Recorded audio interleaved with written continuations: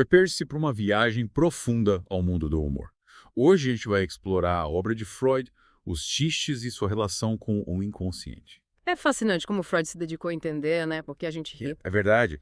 Ele foi além da superfície, sabe? Tentando Uhum. desvendar as conexões entre o humor e o nosso inconsciente. E o mais intrigante para mim é que a obra surgiu de uma observação do Wilhelm Flies. Ah, um amigo de Freud, né? Isso sobre a presença, imagina, de xistes nos sonhos. Nossa. E Freud, sempre atento aos sinais do inconsciente, viu nisso um campo enorme para explorar. Uau. É como se o humor fosse uma porta de entrada para os mistérios da nossa mente. E para a gente começar a desvendar esses mistérios, a gente precisa entender como Freud define o xiste. É, Ele se preocupou em diferenciar, né, o xiste do gracejo e do cômico.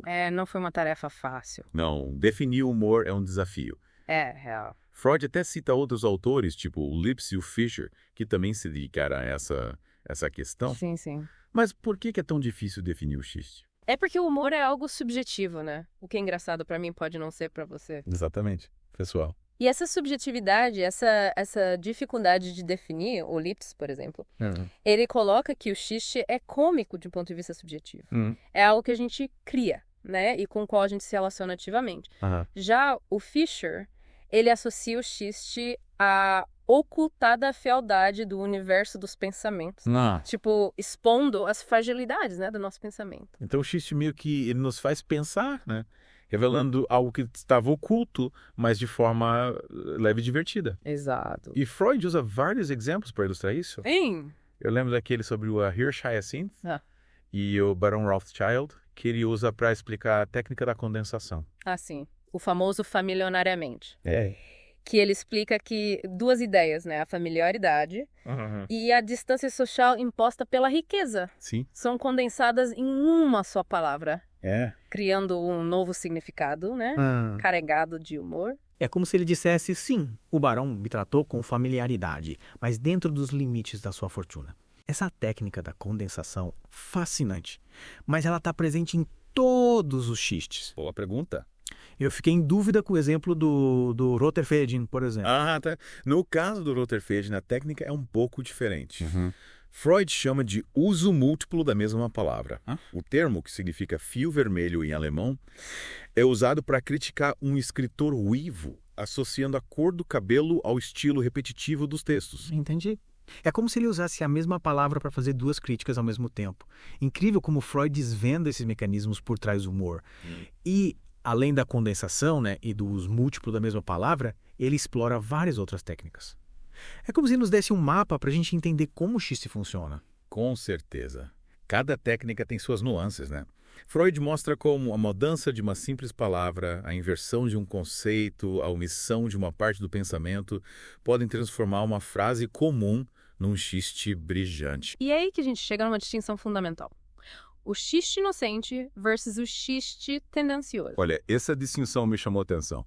Esse de inocente parece ser aquele assim, que é engraçado, simplesmente pela brincadeira com as palavras, sem segundas intenções, né? Já o xiste tendencioso parece ter um objetivo por trás do humor. Exatamente. O xiste inocente é o humor pelo humor, a graça pela graça.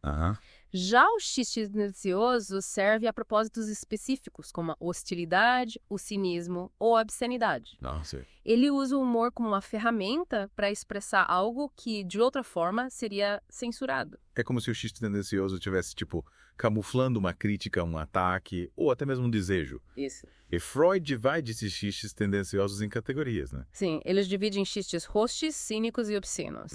Cada um explorando um tipo de impulso reprimido. A agressividade, a crítica social e a sexualidade. Caramba. Por exemplo, xiste hostil pode usar o humor para ridicularizar alguém, enquanto um xiste cínico questiona normas sociais. E o obsceno, bem, esse usa o humor para abordar temas sexuais, né? De forma indireta, muitas vezes transgressora. Nossa, esses xistes tendenciosos me fazem pensar em como o humor pode ser usado como uma forma de subversão de crítica social. Totalmente. É como se, por trás da risada, houvesse uma mensagem escondida. Com certeza. Freud mostra que o humor pode ser muito mais do que apenas uma forma de entretenimento. Sim. E para a gente entender melhor como essa mensagem escondida funciona, ele nos leva a um dos pontos centrais da obra dele, a relação entre o xiste e os sonhos. Essa relação me parece fascinante. Seria como se o xiste fosse um tipo de sonho acordado com suas próprias regras, simbolismos. Exatamente. Freud argumenta que tanto o xiste quanto o sonho se originam no inconsciente e usam mecanismos semelhantes para burlar a repressão. A condensação, por exemplo, que a gente viu no xiste do Familiarmente, também está presente nos sonhos, onde várias ideias e sentimentos podem ser condensados em uma única imagem ou símbolo. Então, o prazer que a gente sente ao entender um xiste, ao desvendar seus significados ocultos, seria comparável à sensação de interpretar um sonho. Exatamente. É como se a gente estivesse decifrando um código secreto da nossa própria mente. E Freud mostra que esse prazer está diretamente ligado à economia psíquica, à liberação da energia reprimida. Quando a gente ri de um xiste, a gente está, de certa forma, liberando tensões, dando vazão a desejos e impulsos que a gente não pode expressar diretamente.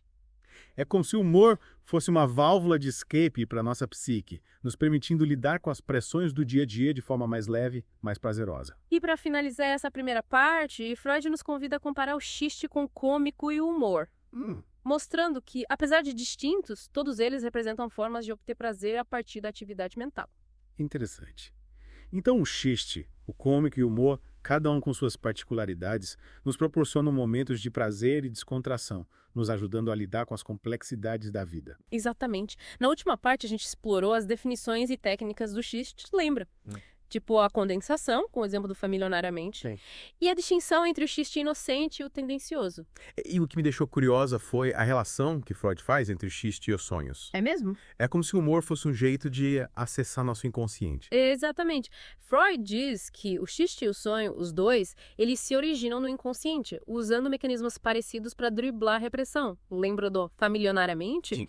A condensação, que a gente viu ali, também rola nos sonhos. Várias ideias e sentimentos, tudo junto viram uma imagem só ou um símbolo. É verdade. E Freud sugere que essa economia psíquica, essa capacidade de juntar ideias e sentimentos é que dá o prazer nos sonhos e nos xistes. É isso aí. A mente dá um jeito de expressar o que não podia, o que era censurado. Essa repressão, essa censura, é um conceito central na psicanálise. E como essa repressão se liga ao humor? Freud acredita que muitos dos nossos desejos, impulsos, ficam reprimidos, escondidos no inconsciente. O xiste e o sonho também seriam um jeito de escapar dessa repressão, de liberar esses conteúdos de forma disfarçada. Então, quando a gente ri de um xiste, estamos, na verdade, liberando energia reprimida, dando vazão a vontades e impulsos que a gente não pode mostrar diretamente. Isso mesmo, o xiste vira uma válvula de escape para nossa mente. E essa liberação, esse alívio da tensão é o que dá prazer. Mas, e o xiste inocente, aquele sem segundas intenções, será que ele também vem do inconsciente? Essa pergunta também me veio à mente. É complicado. Freud diz que, mesmo nos xistes inocentes, tem um pouco de energia psíquica sendo liberada. Uma economia de pensamento. A diferença é que, nesse caso, não tem um objetivo, um desejo reprimido sendo mostrado. Entendi. É como se o xiste inocente fosse só uma brincadeira com as palavras, uma forma de explorar a linguagem, sem estar ligado a conteúdos inconscientes. Exatamente, é o prazer pela brincadeira, a graça pela graça. E Freud, analisando esses xistes, mostra a importância da linguagem, do jogo de palavras, da nossa capacidade de criar e se divertir com a comunicação. Mas ele vai além do xiste, explorando as diferenças entre ele e o cômico. E como ele separa esses dois? Para ele, o cômico está na percepção de algo esquisito, fora do lugar, que causa estranheza e, ao mesmo tempo, faz rir. Ele usa aquela história da mulher no parto para explicar. Lembro. O cômico está no contraste entre o drama do parto e a reação inesperada da personagem. Isso. É a quebra de expectativa, a subversão do que seria normal, que causa o riso. Ou seja, o cômico está na situação, no que é incoerente, enquanto o xiste está mais na linguagem, no jogo de palavras, na expressão das ideias. O Freud não para por aí. Ele também fala do humor, mostrando como ele é diferente do xiste e do cômico. Sim, para Freud, o humor é um jeito de lidar com a dor, com o sofrimento, achando graça nas piores situações. Ele cita o Mark Twain como um mestre do humor que fazia a gente rir de coisas como a morte e a hipocrisia. E como ele conseguia isso? O humor do Mark Twain está em subverter as expectativas, fazer a gente rir do que a gente acha importante, mostrando o lado ridículo da vida.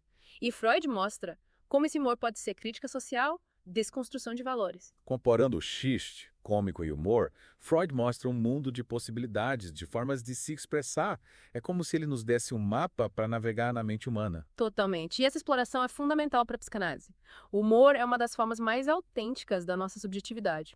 E Freud mostra que, por trás de cada risada, tem um universo de significados, desejos, repressões. É como se o humor fosse a ponta do iceberg, mostrando só um pedacinho de algo muito maior e complexo. E na próxima parte a gente explora como esse iceberg aparece na cultura, né? Isso aí. Vamos mergulhar na relação entre humor e cultura e como o xiste se mostra nas diferentes sociedades. A gente viu nas últimas partes as técnicas do xiste, né? A diferença entre inocente e tendencioso e aquela relação, nossa, fascinante entre xiste e sonhos.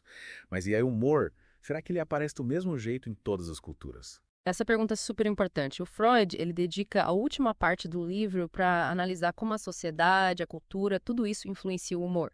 Ele fala que o xiste, assim como outras formas de expressão, é moldado pelas regras, valores, crenças de cada grupo. Então o que é engraçado aqui pode não ser em outro lugar. Exatamente. Freud observa, por exemplo, o humor judaico, que ele explora bastante, e fala que ele tem um certo cinismo, uma autoironia, que é um reflexo da história deles, né? Sim. De perseguição, de sofrimento. Ele compara esse humor com o de outros povos, tipo os ingleses, Sim. que ele descreve como mais contidos, sutis nas piadas. É.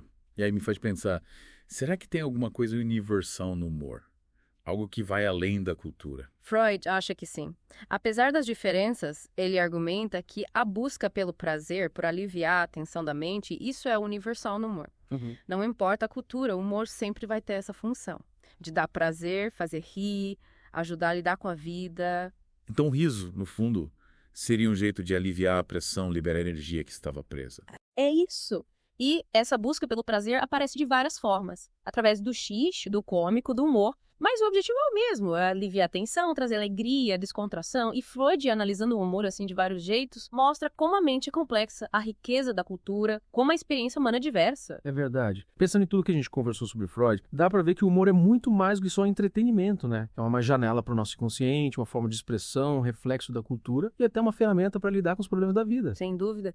E Freud, com a inteligência dele, nos convida a olhar para o humor com mais atenção. Questionar o que faz a gente rir e por quê. É isso aí.